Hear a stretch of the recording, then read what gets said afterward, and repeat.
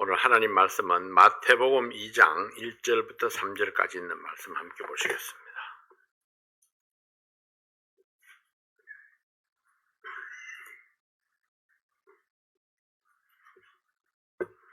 마태복음 2장 1절부터 3절까지 있는 말씀입니다.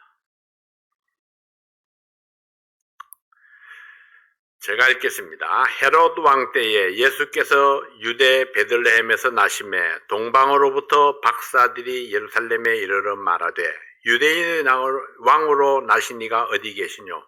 우리가 동방에서 그의 별을 보고 그에게 경배하러 왔노라 하니 헤롯 왕과 온 예루살렘이 듣고 소동한지라. 아멘.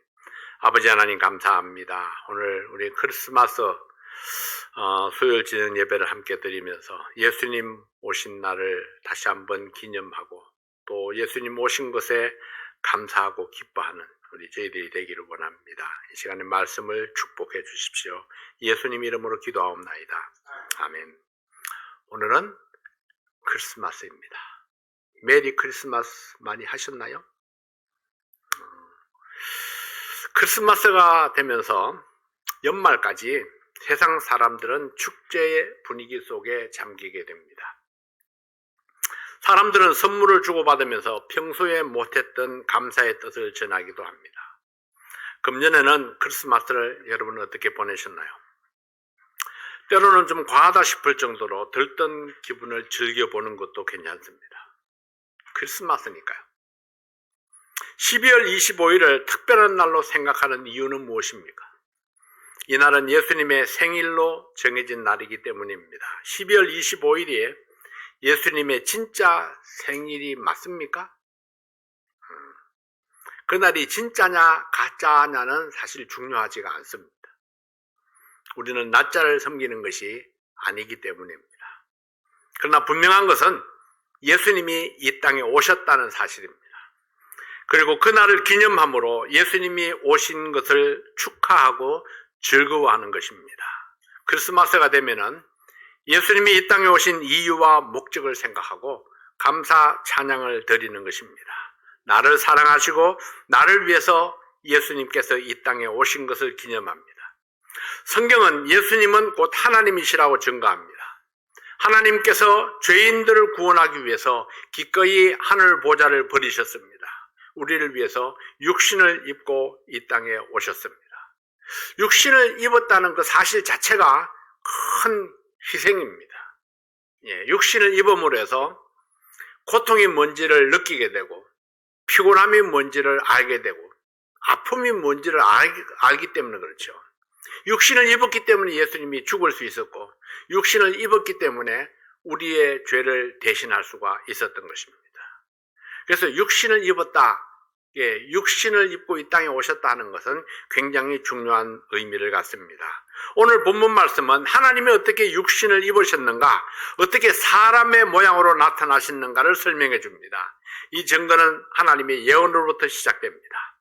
이사야서 7장 14절 말씀에 보면은 그러므로 주께서 친히 징조로 너희에게 주실 것이라. 보라, 처녀가 잉태하여 아들을 낳을 것이요 그 이름을 임마누엘이라 하리라. 예수님께서 이 땅에 오시기 전에 약 750년 전에 이사야 선지자를 통해서 예언하신 말씀입니다. 이 예언의 말씀대로 예수님이 이 땅에 오셨고 처녀 마리아의 몸을 통해서 탄생했습니다. 처녀가 잉태하여 아들을 낳았다는 사실은 현대과학으로는 설명할 수 없는 사건입니다. 그러나 하나님께는 능치 못함이 없습니다. 하나님의 초자연적인 역사로 말미암아 처녀 마리아가 성령으로 잉태되었고 때가 찼을 때에 아기를 낳아서 예수라 이름을 불렀습니다.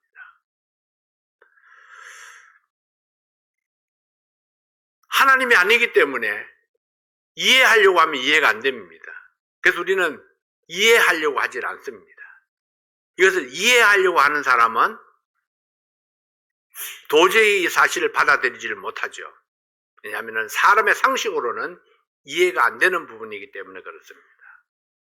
자, 하나님으로서는 다 할 수 있느니라. 그 말씀을 그대로 우리는 받아야 됩니다. 하나님이시기 때문에 할 수 있는 겁니다. 하나님이기 때문에 처녀에게 임신을 시킬 수도 있는 것이고 성령으로 잉태할 수 있는 것이고 그리고 처녀가 아들을 낳아서 하나님의 말씀을 따라서 그 이름을 예수라 부를 수도 있었다 하는 것입니다. 성경은 그 아기의 아비가 성령 하나님이라고 증거했습니다. 거룩하신 하나님이 어떻게 인간의 몸속에 잉태될 수 있는가? 이것이 사람들의 궁금증이었습니다. 이것이 학자들, 곧 나름대로 똑똑하다고 자부하는 사람들에게도 수긍하기 어려운 사실이었습니다. 사람들은 모든 것이 과학으로 증명될 수 있어야 믿을 수 있다고 생각합니다. 그러나 하나님께서 하시는 일은 과학의 범주에 제한받지를 않습니다. 하나님께서는 이 사실을 증명하려고 하지 아니하시고 그냥 선포하셨습니다.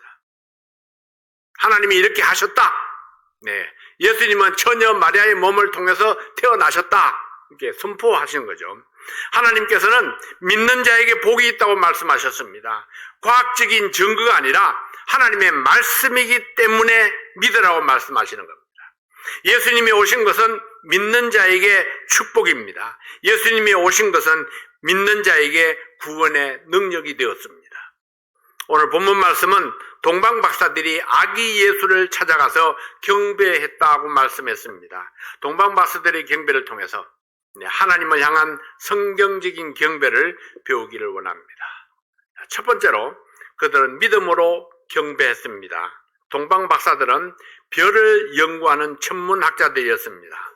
하나님께서 별을 통해서 중요한 사건들을 계시해 준다고 믿었습니다.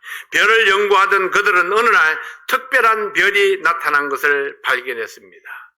아마도 이 동방 박사들은 예수님이 오시는 예언의 말씀을 들었든지 거기에 대한 사전 지식이 있었던 사람입니다. 그러니까 별을 보고 그 별을 따라서 그 먼 길을 여행해서 예수님이 나신 곳을 찾아간 것을 보면은 특별한 별, 그 별이 유대인의 왕을 가리키는 별이라는 것을 그들은 직감했습니다. 그래서 동방 박사들은 별을 따라서 그 별의 주인을 만나기 위해서 여행을 시작했습니다. 그리고 긴 여행 끝에 유대 땅까지 오게 된 것입니다. 예루살렘에 와서 유대인의 왕으로 나신 분을 찾았습니다. 유대인의 왕으로 오신 분이니까 유대인의 중심지인 예루살렘에 오면은 만날 수 있을 것이다. 그렇게 생각을 했습니다. 그래서 마태복음 2장 1절 2절의 말씀에 보면은 헤로드 왕 때 예수께서 유대 베들레헴에서 나심에 동방으로부터 박사들이 예루살렘에 이르러 말하되 유대인의 왕으로 나신 이가 어디 계시뇨? 우리가 동방에서 그의 별을 보고 그에게 경배하러 왔노라 하니. 동방으로부터 온 박사들은 어떤 사람이었을까요? 유대인을 알고 유대인의 왕으로 오신 분을 경배하려 했습니다. 이들은 아마도 유대인의 역사를 잘 아는 사람들이었을 것입니다. 유대인들이 받은 하나님의 예언에 대해서도 알고 있었을 것입니다. 그렇기 때문에 그들은 유대인의 왕으로 나신 이에게 경배하기 위해서 멀고도 험한 길을 찾아온 것입니다. 이들은 동방의 어디에서 출발했을까요? 일반적으로 성경학자들의 의견은 바벨론이나 아라비아쯤이라 그렇게 생각을 합니다. 그 당시에 이 지역에서 별을 연구하거나 별로 점을 치는 것이 굉장히 발달했었기 때문입니다. 그러나 여러분 이 지역에서 출발했다면 아무리 느리게 갔어도 3개월이면 충분했을 것입니다. 그러나 별을 연구하는 학자가 왕의 별을 찾았다면 즉각적으로 또 움직였을 것입니다. 그러나 동방 박사들이 예수님을 찾아온 시기는 예수님의 탄생으로부터 2년 가까이 지났을 무렵입니다. 헤롯이 아기 예수를 찾다가 찾지 못하고 2살 아래의 사내 아이들을 모두 죽이도록 명령을 했습니다. 동방 박사들이 아기 예수의 별을 발견한 시기가 2년 정도 되었다고 계산했기 때문입니다. 이것은 아기 예수를 찾아서 여행을 한 기간이 2년 가까이 되었다는 것을 가르쳐 줍니다. 예루살렘으로부터 2년 정도 동방으로 여행을 한다면은 동방의 끝자락에 있는 어떤 분은 한국이라 그렇게 이야기하기도 합니다. 왜냐하면 그 시대를 가보면은요, 그 당시에 신라의 천문학이 발달해서 첨성되는 세계적인 전문기구라고 알려져 있습니다. 한국이 그때는 상당히 앞선 민족이었습니다. 만약에 신라에서 박사들이 별을 발견하고 예루살렘을 향해서 여행을 시작했다면 거의 2년 가까이 걸렸을 것이라는 그런 견해입니다. 어쩌면 중국일지도 모르죠. 그러나 여기에서 어느 나라 박사인가는 또 중요하지 않습니다. 네. 크리스마스가 12월 25일이 중요하지 않은 것처럼, 날짜가 중요하지 않은 것처럼 이 동방 박사가 어느 나라 출신인가도 그렇게 중요하지 않습니다. 어쨌든 박사들이 예루살렘에 도착했습니다. 그리고 그들은 예수님의 탄생을 엄밀하게 알아본 것이 아닙니다. 당연히 유대 나라에서 예수님을 환영받는 존재일 것이라고 생각했기 때문에 공개적으로 찾았을 것입니다. 그래서 마태복음 2장 2절에 보면은 유대인의 왕으로 오신 이가 어디 계시뇨? 우리가 동방에서 그의 별을 보고 그에게 경배하러 왔노라. 네, 그들은 확신을 가지고 유대인의 왕 예수를 찾았습니다. 당시 유대 나라는 로마의 통치 아래에 있었습니다. 엄연히 로마 황제가 있는데 유대인의 왕을 찾는 것은 간단한 문제가 아닙니다. 이 소식은 백성들 사이에 퍼져나갔습니다. 당연히 헤롯 왕에게도 전해졌습니다. 헤롯 왕에게는 유대인의 왕이 태어났다는 소식은 위험 인물의 등장입니다. 네, 백성들이 유대인의 왕을 세우려 하면은 헤롯이 정치적으로 큰 압박이 될 수 있었기 때문입니다. 예루살렘 성이 소동했습니다. 헤롯도 큰 관심을 나타냈습니다. 그러나 서로 목적이 달랐습니다. 박사들은 경배하기 위해서 아기 예수를 찾았습니다. 그러나 헤롯은 죽이기 위해서 아기 예수를 찾고자 했습니다. 동방 박사들은 유대인의 왕이 났으니 당연히 유대인들이 기뻐하고 알고 있었으리라 생각을 했습니다. 왜냐하면 그들의 왕이었으니까요. 그들을 위해서 오신 왕이었으니까요. 그러나 하나님의 약속을 믿는 믿음으로 어디로 가야 할지 목적지도 모르면서 예수를 만나 경배하겠다는 그 일념으로 유대 땅을 찾아온 것입니다. 그들의 이 여행 목적은 예수님께 경배에 있었습니다. 헤롯 왕은 동방 박사들이 아기 예수를 찾았다는 소식을 기다리다가 유대 지도자들에게 물었습니다. 마태복음 2장 4절부터 6절에 있는 말씀입니다. 왕이 모든 대제사장과 백성의 서기관들을 모아 글소가 어디서 나겠느냐 물으니 가로되 유대 베들레헴이오니 이는 선지자로 이렇게 기록된 바 또 유대 땅 베들레헴아 너는 유대 고을 중에 가장 작지 아니하도다 내게서 한 다스리는 자가 나와서 내 백성 이스라엘의 목자가 되리라 하였음이니이다. 네, 대제사장들과 서기관들은 믿음과는 상관없이 권력에 편성해서 살아가고 있었습니다. 이 사람들은 어릴 때부터 하나님의 말씀을 들었고 배웠고 알았던 사람들입니다. 이들도 하나님의 약속을 알고 있었습니다. 그러나 어느 누구도 관심이 없었고 아기 예수를 찾아서 경배하려고 하는 그런 마음도 없었습니다. 아는 것과 믿는 것은 확실히 다릅니다. 안다고 해서 믿는 것은 아닙니다. 성경을 알고 복음을 안다고 해서 믿는 것은 아닙니다. 그래서 어떤 사람들은 성경을 줄줄줄줄 배우고 있지만은 그러나 구원받지 못한 사람이 얼마나 많은지 모릅니다. 알기는 하지만은 믿지는 않는다는 거죠. 멸망을 알고 지옥을 알 뿐 아니라 천국을 알고 구원의 길을 안다고 해도 믿는 것과는 다릅니다. 마귀도 예수님을 알고 마귀도 천국을 안다고 했습니다. 그러나 여전히 그들은 거역하고 배반하는 것이 사탄이요 마귀입니다. 사랑하는 성도 여러분, 여러분은 예수님을 아십니까? 크리스마스의 진정한 의미를 아십니까? 성경을 잘 알아도 믿음이 없이는 구원받을 수 없습니다. 예수 그리스도를 나의 구세주요 나의 왕으로 모시지 아니하면 누구라도 구원에 이를 수 없습니다. 오늘 믿음으로 결단하고 예수님을 영접해서 하나님의 자녀로 거듭나는 축복이 있기를 바랍니다. 크리스마스를 맞이하면서 주님을 향한 감사의 경배가 있기를 바랍니다. 두 번째로 하나님의 말씀을 이용하지 말라는 겁니다. 어떤 사람은 하나님의 말씀을 이용하고 어떤 사람은 하나님의 말씀을 믿음으로 경배합니다. 하나님의 말씀을 이용하는 사람은 자기가 중심이 될 수밖에 없습니다. 그러나 하나님의 말씀을 믿는 사람은 그 말씀 자체가 삶의 중심이 되고 있습니다. 여러분은 어떤가요? 오직 말씀에, 그러므로 우리는 그의 말씀의 진리를 따라 복종하는 삶을 살아야 합니다.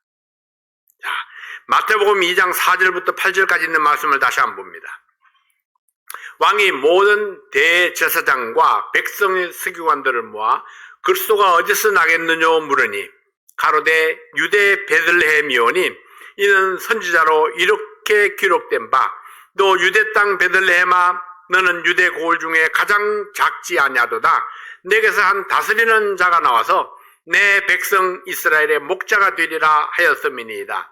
이에 헤롯이 가만히 박사들을 불러 별이 나타난 때를 자세히 묻고 예루살렘으로 보내며 이르되 가서 아기에 대하여 자세히 알아보고 찾거든 내게 구하여 나도 가서 그에게 경배하게 하라. 대제사장들과 서기관들은 하나님의 말씀을 알고 있었습니다. 그러나 그들의 지식은 헤롯 왕의 궁금증에 답변해 주는 용도밖에 되지 못했습니다. 왕이 물으니까 시원하게 대답을 해줄 수 있는 그런 용도, 그들은 하나님의 말씀을 이용해서 이 헤롯 왕의 환심을 사는 정도밖에는 하지 못했죠. 그들은 하나님을 아는 지식을 자기들의 권력을 지키는 데 이용했습니다. 유대 땅 베들레헴에서 유대인의 왕으로 예수 그리스도가 탄생할 것을 알고 있었지만은 그들은 믿음으로 받지 못했습니다.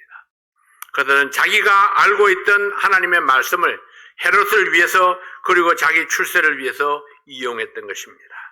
그들의 그 지식은 아기 예수를 죽이기 위해서 수많은 어린 생명을 학살하는 데 사용되었습니다. 그들의 지식은 이 헤롯의 육신적이고 마귀적인 욕구를 채우는 데 사용되었습니다.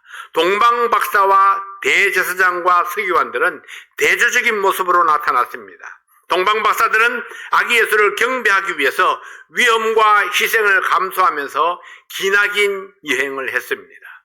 그러나 대제사장들과 서기관들은 하나님의 약속을 자기의 권력을 유지하는 데에 이용했습니다. 이처럼 사람들이 다 목적이 다르면 행하는 것이 달라지죠. 사랑하는 성도 여러분, 지식이 문제가 아닙니다. 얼마나 많이 아느냐가 문제가 아닙니다. 주님을 경배하는 마음이 중요합니다. 우리의 마음과 정성과 성품을 다해서 주님을 경배하는 성도들이 될 때에 하나님께서 받으시는 예배를 드릴 수 있습니다. 성도라 이렇게 하면은 우리가 하나님께서 받으시는 예배, 우리의 진심을 드릴 수 있는 그런 예배를 드릴 수 있어야 합니다. 세 번째로 믿음으로 하나님의 인도하심을 따라가자. 마태복음 2장 9절 10절 말씀을 봅니다.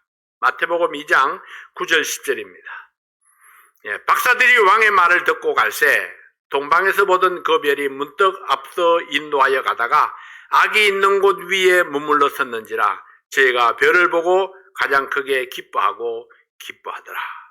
동방 박사들이 헤롯의 말을 듣고 예루살렘을 향해 갈 때에 동방에서 보던 그 별이 다시 나타났습니다.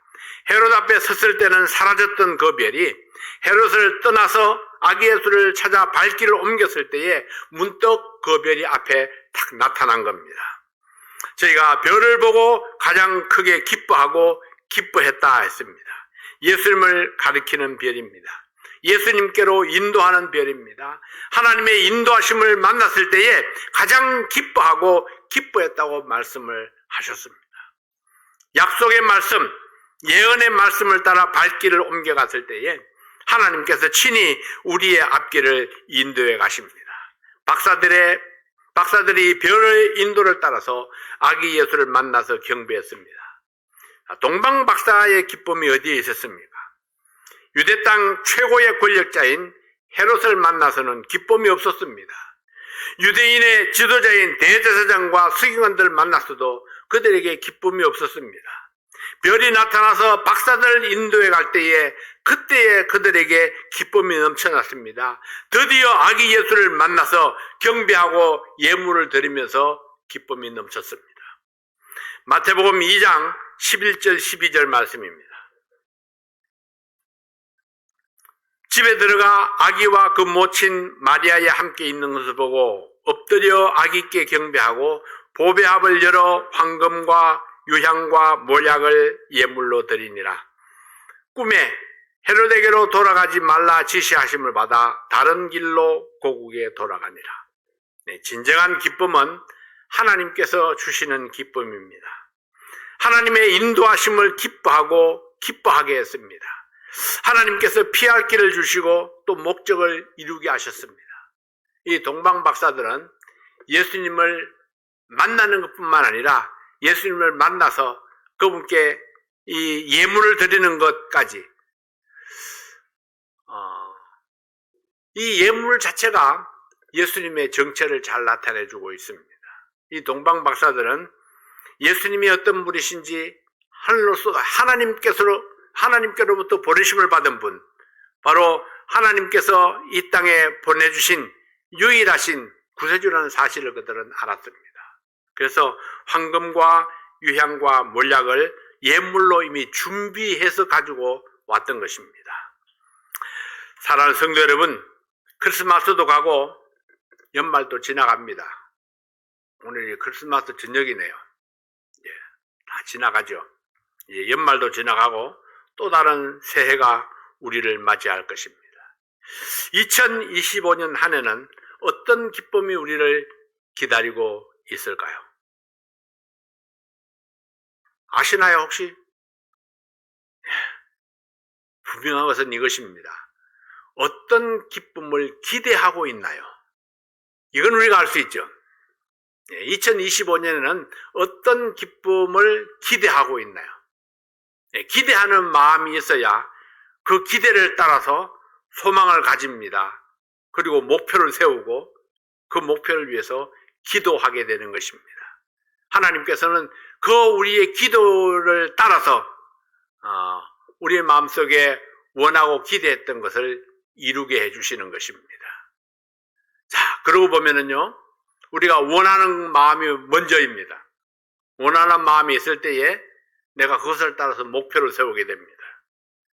그리고 그 목표에 도달하려고 하니까 내일을 알 수 없는 우리들이 어떻게 목표에 도달할지 알 수 없잖아요.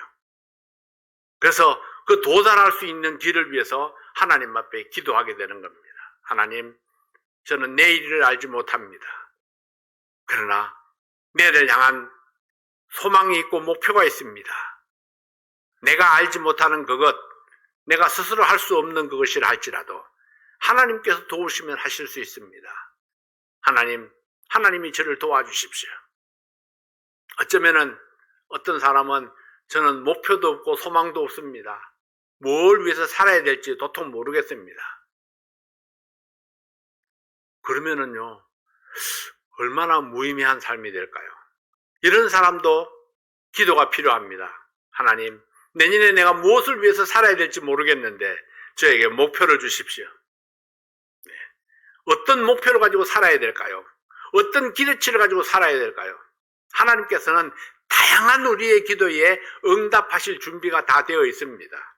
목표가 선명하게 서 있는 사람은 그 목표를 위해서 하나님께서 길을 열어주실 것이고, 목표를 세우지 못한 사람은 목표를 세울 수 있도록 우리의 마음속에 소망을, 기대치를 허락해 주실 것입니다.